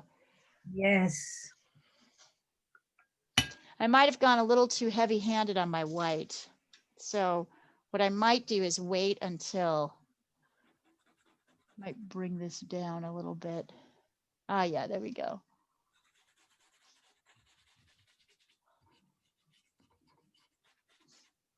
It's a lot of these little soft strokes.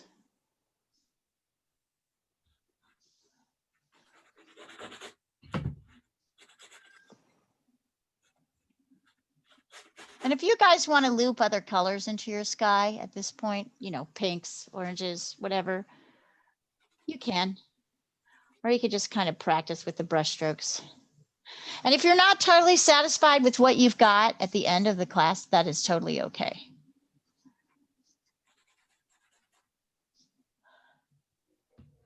This is all practice. Keep practicing it.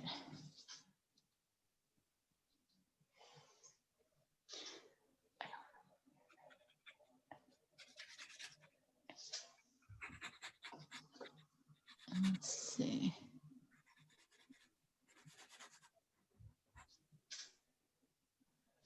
Oh, way too dark. Let's see.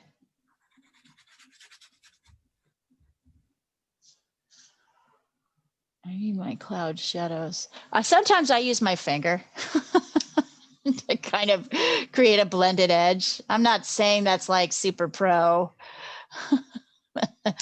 Sometimes if I'm outside working plein air, I'll use like a leaf or something, or a stick that I find on the ground. Sometimes that helps to create a soft edge.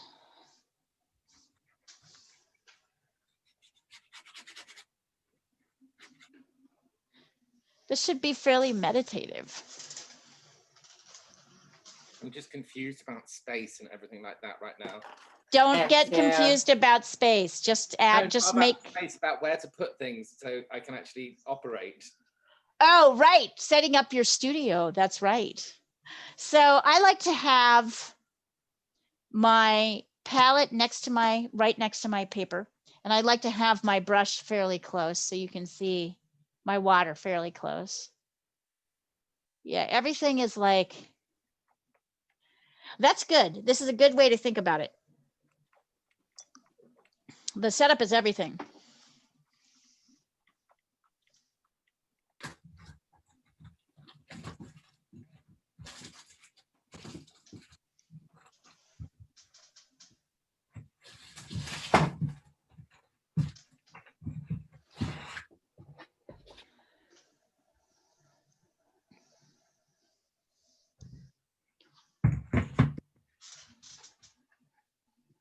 And it's okay if you feel like you get somewhere and then you lose it and then you get it again.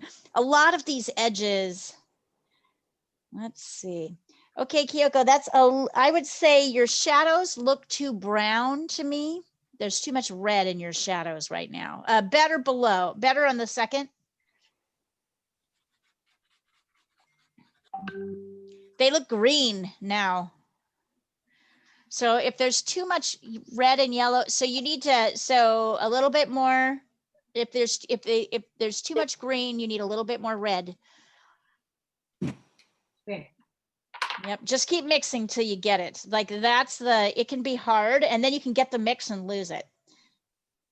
Some people actually find oil painting easier just simply because their mixes will stay wet. So with oil, your paint doesn't dry for days, like 2 or 3 days. That's And great when you know what you're doing. right. And well, I don't know. I used to think that, Diana, and then I introduced acrylic, and some people really struggle with acrylic. Yeah, no, And the moment they I- got to oil, it was way easier. Beginners. Yeah, Because I can see that because you can work on the body you're working, but right. for someone Right. like me, that doesn't plan well as you're supposed to. You just like to work quickly. So you like to kind of layer, you like to work quickly. And I go through phases of that. But yeah, there are differences in the way oil and acrylic kind of lay down. Oh, they're kind of cute, those little clouds, little cloudy clouds. Yeah.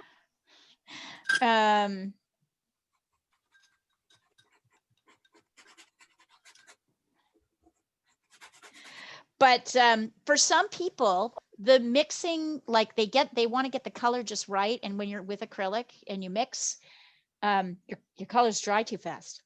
So it's like confusing for people. You know, it's actually harder. It's funny. Seems like that shouldn't be that way. Let's see. I think. That's coming along, Lisa. Nice. I feel like this cloud right here looks a little too strong on the top, Can you blend that edge Uh, a little bit? Yeah, I feel like they need to be fluffier. Yeah, and and yeah, so that means blending a little bit more. Push, like scrub, like do that tapping, this tapping thing, right? into them. Tapping into them, make sure they're white. Also, all your clouds are exactly the same shape. Oh, you're right. So let me work play on with that. the shape and look at, if you don't know what the shapes of clouds are, if you can't think of them, look up some pictures of clouds so you can look at them and Okay. copy them if you want to. I have lots of pictures. Okay, so Kyoko, it's really too dark. There's you've got too much of a hard edge between your dark and your light area. So start to practice to pull. Let me see if I can show you. To pull your lights down over your darks. See how I'm doing that? I'm kind of tapping. Yeah. Lights over so I can still see the dark, but there's not that. You have a hard line right now. In fact, you've got a hard line around everything. Your top of your clouds here, that's a hard line. See it? Everything needs to be soft. There needs to be soft edges. So everywhere you have a transition, it's hard. So now you need to make that softer. So really practice that pushing. I like this tapping.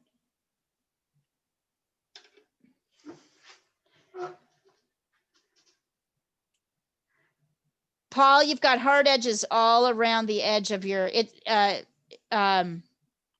so two things are happening. Number one, I'm not seeing any shadow in your white clouds. I see it a little bit, but I don't know what this is. This stroke that you've got here is not at all what's actually happening. So you're doing this. Let's see if I show you like this.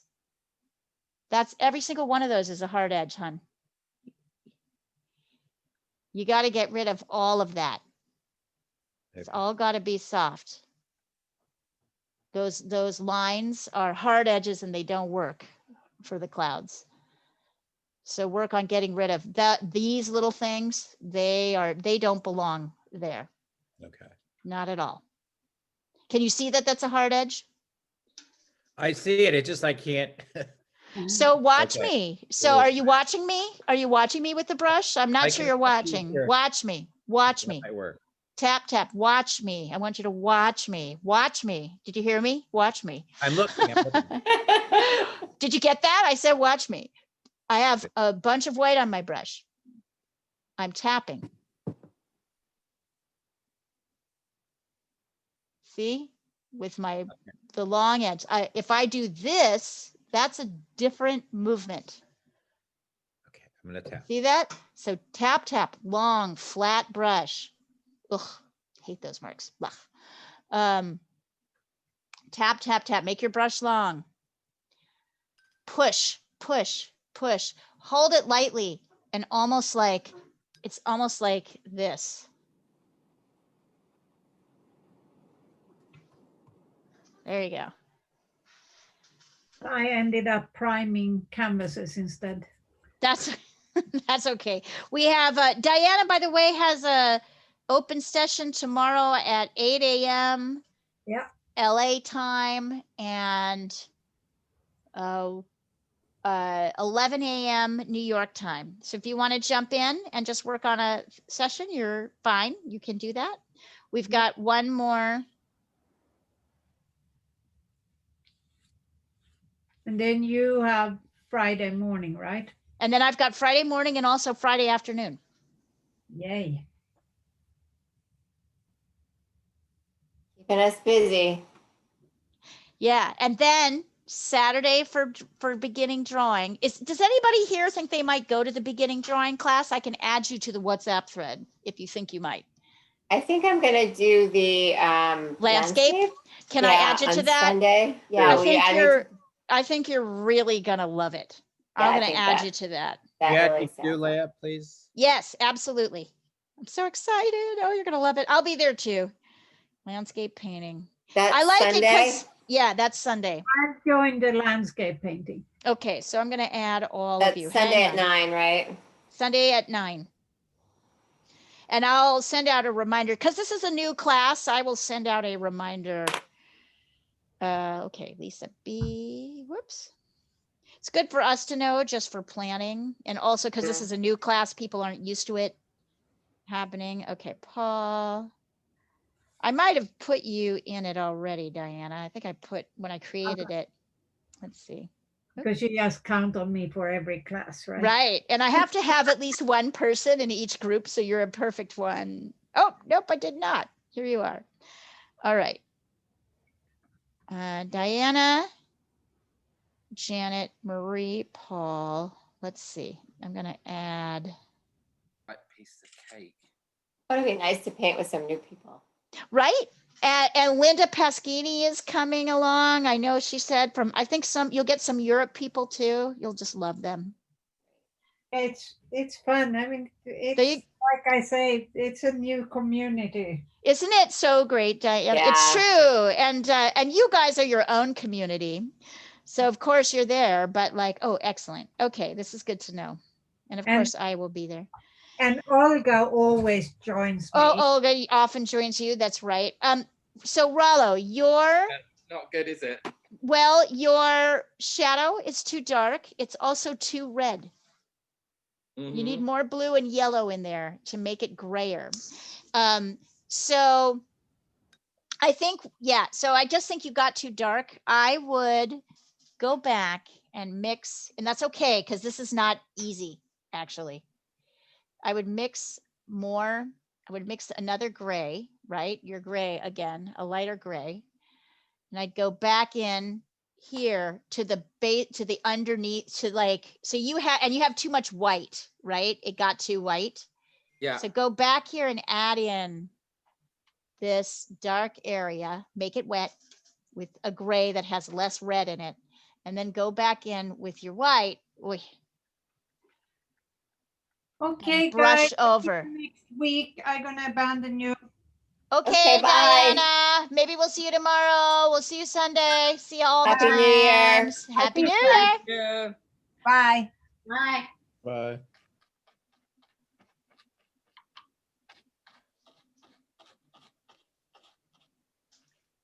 Okay, so bring that back in and then so what you want is this kind of muted color. Here, wait, hold on. The light's like shining in a funny way. I'm gonna switch this around. It's a subtle touch. Getting the values right. I'm gonna switch this around. I think the color is better on this side, less glary. Yeah.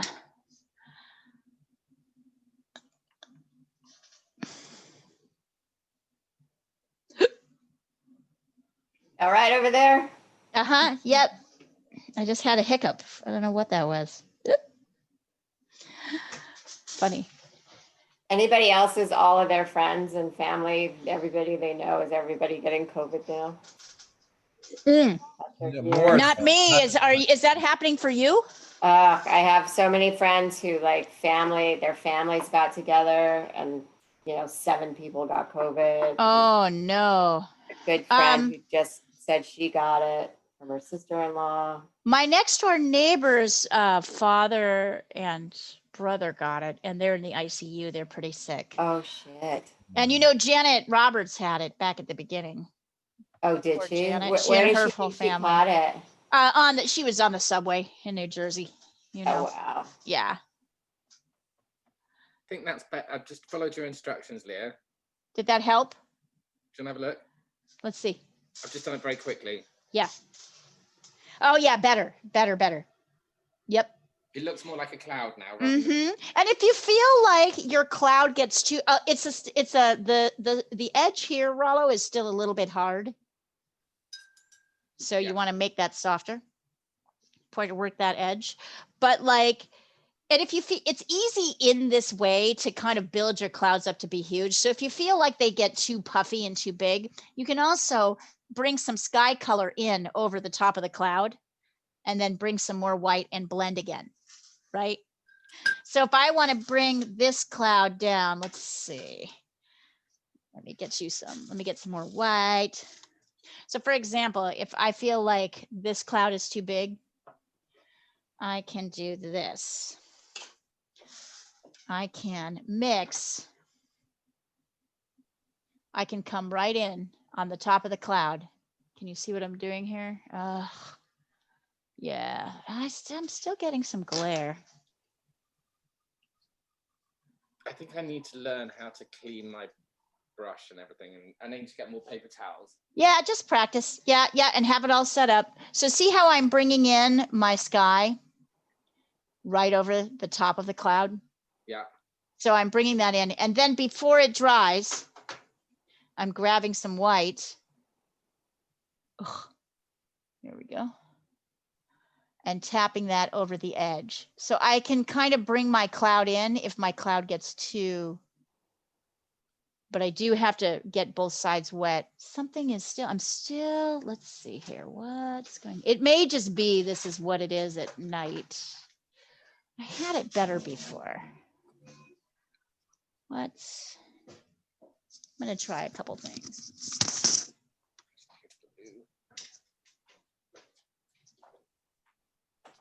Oh, that's better.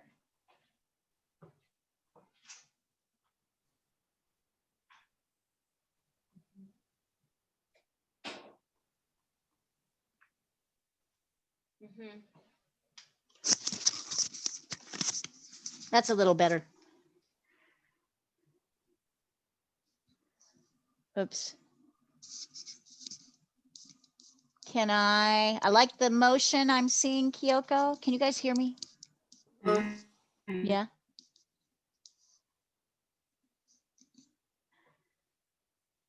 I like seeing that little dot, dot, dot, dot, dot, dot, dot, dot, dot, dot, dot, dot, dot, dot, dot thing happening. Very nice. Difficult. It's hard. Yeah, this is, if you want to think about it, there's only two kinds of edges in painting, hard and soft edges. So what you're starting to practice is how to apply hard and soft edges to your work, right? And then there's a million different subjects that do a million different things. It is not, doing the blended edge is the practice in painting. That and mixing. Making sure you don't have too much of a dominance of one color, right? Making sure you have the right grays, making sure you have things at the right level. As Rollo said, like having your setup right is also important. Yeah, I've got too many things everywhere. Yeah, so thinking about your setup, would it help for you guys for me to take a picture of my setup from back so you can see it? Well, the problem I have is I don't have enough room in my apartment because I've got to do my office, so I have to use my office for the art class. Ooh, Kyoko, that's looking very dramatic and pretty. Nice. Keep going. Very pretty. You might want it a little bit lighter, but I like the marks. They're very, do you see how they're starting to look cloud-like? Yes, Oh, yes, yes. geez, you guys, it's like 8 o'clock almost. No. Can you What's up with believe it? this New Year? We'll go a couple more minutes. I'm not in a rush. I think this is an important lesson. Let's see. Paul, much better. There you go. There you go. That's it, buddy. You got it. I think.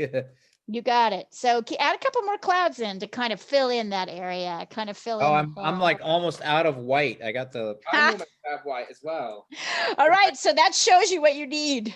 Yeah, I Yeah. saw that giant tube you had. I'm gonna get that one. It's worth it. It's worth it. I It's did worth get it. the extra ones you told me to get, which was It's expensive. I got the ones from You- the Royals from Joanne's Fabric, but this is all they had, and they didn't have like the okra. But They didn't have yellow ochre. Interesting. Yeah, because Well, in the it's Joann's pack. is not a real.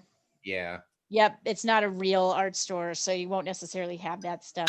What I'm going to try and do is create a Amazon like shopping list that you just have to click once, because I think that would be easier for people than trying to figure out, what to buy. Blick makes it so hard just to go into It's They- overwhelming. Oh, you Yeah, went to Blick. I I went to Blick and it was pick too up- confusing. It's very confusing. You have to Yeah. know what you're doing for that to work. And even when you talk to the people behind the counter, they're like, and yeah, it's somewhere around here. And you're like, sorry.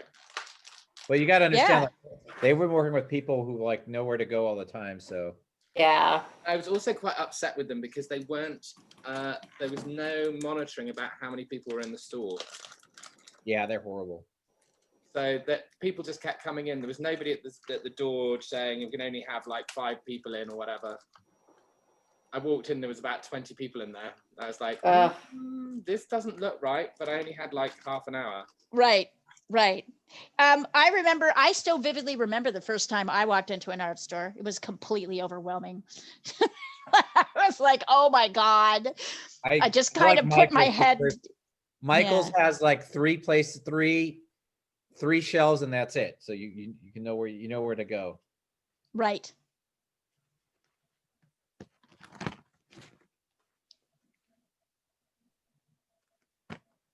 So I bought some of this as well. Pink soap. Oh yeah, that stuff is great for washing. Let's talk about that for a minute. Okay, I'm gonna take you over here. I'm gonna remove the spotlight. And like spotlight here. I'm gonna spotlight myself over into the studio. Okay, so let me take the brush. I want to show you my setup here because that is also important. It's hard to do this with. Oh, right. I have to take this whole thing out. Okay. So I'm bringing my brush. You'll see in a second. I'm going over into the studio bathroom. And okay. So how do I set this up so you guys really. Okay. So here we are at the sink. So with acrylic paints, it's just simply running it under the water and then cleaning it with either that pink soap, which is really great, or any soap. So I'm right now using this kind of bar soap. I also really love using Palmolive Oxy soap for my oil brushes. So really it's just washing them out. I kind of tap it in the base of the sink here like that. And then I will have a cup for them where you can let them sit upright and dry overnight. Can you see that? So here's a little cup that I just have. And because I use oil and acrylic and I don't want to mix those, this is my oil jar. This is my acrylic jar over here. So, and then you let it dry overnight. So that's really all you need to do. Just you can make the water a little bit warm. Sometimes that on cheaper brushes that will melt off some of the glue that holds the brushes in. It depends on how nice your brush is. But yeah, and you will want to have other brushes of other sizes, but most of our work is going to be done with that crazy big brush, strangely. So, Right, and then you're going to, what's that? I'm going to head off now because I need to get some dinner before I go to bed. Well, all right. And me too. So hold on. I just want to I'm going to remove the spotlight and see you all before we go. So I want to tell you guys, I thought you did great today. And this is the beginning of a very wonderful and long journey. I'm excited. I'm getting. Yay, I'm getting more paint. Yay, get more paint, get more paint. Yeah. And like I said, in February, I'm going to switch over to oil. But if you are happy with acrylic and you don't want to spend the money and the time, just stay with acrylic. Essentially, those are the same things. If you're struggling with acrylic, I've already purchased oil on sale, so okay, you'll like it. And Rollo, I think you're going to inherit the oils from The Office. yes, so yeah. So I think you will be able to. Yeah, you may want to switch over. You may feel like it all depends. They are different, but they're not. Their application is similar, and some people can't really handle oils, like the smell of it. They don't like the toxicity. There's the oils that you're using are as non-toxic as it gets, but even so, it's hard for some people who are sensitive. So it just depends. You'll just see how you feel. But what we'll be doing in the next 3 months is kind of like switching off one way or the other. So anyway, you guys, I'll see you next year. See you next year. Wow. Have a good one. And go See hang you around on with people. Sunday. Let me know. Anybody Nope. want to join the beginning class on Saturday? Do you know? Maybe that might, it's a big Okay, I'll maybe, put but you on there. I'll put you on there. Anybody I else? have something at 9, so maybe just for an hour. Okay. All right. Ooh, nice, Lisa. Very Yeah. dramatic. Well, I think it's from a very dramatic picture. I but love it's it. not I quite love right. it. Okay, no, it's great though. You're good. I mean, this is the It's a beginning. decent Yes. start. Yeah, very decent start. Really neat. Kyoko, Right. really nice. Yeah, So- if I come, Well, I See you will later. what's that? Happy New Year. Happy New Year, Happy guys. New Year. See you soon. Text me if you want to be on the class on Saturday. I will go. Okay, got you.